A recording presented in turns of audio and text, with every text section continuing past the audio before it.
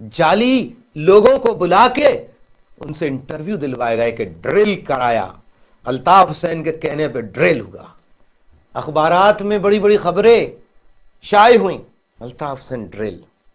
الطاف حسین نے کبھی کسی کو ڈرل نہیں کرایا، یہ خدا اس کا رسول جانتا ہے۔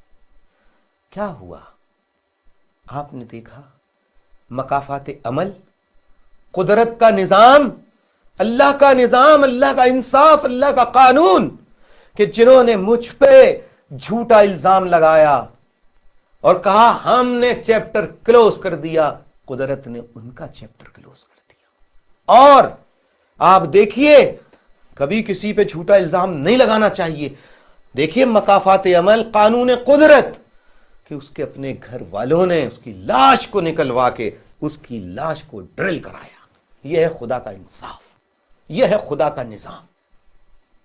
مجھے یہ بات کہتے ہوئے خوشی نہیں ہو رہی، لیکن صرف اس لیے کہ میں آپ کو بھی یہ ہمیشہ تاکید کرتا تھا، کرتا ہوں اور پھر کر رہا ہوں کہ تمہارے ہاتھ سے کسی پہ ظلم نہیں ہونا چاہیے، تمہارے ہاتھ سے کسی پہ جبر نہیں ہونا چاہیے۔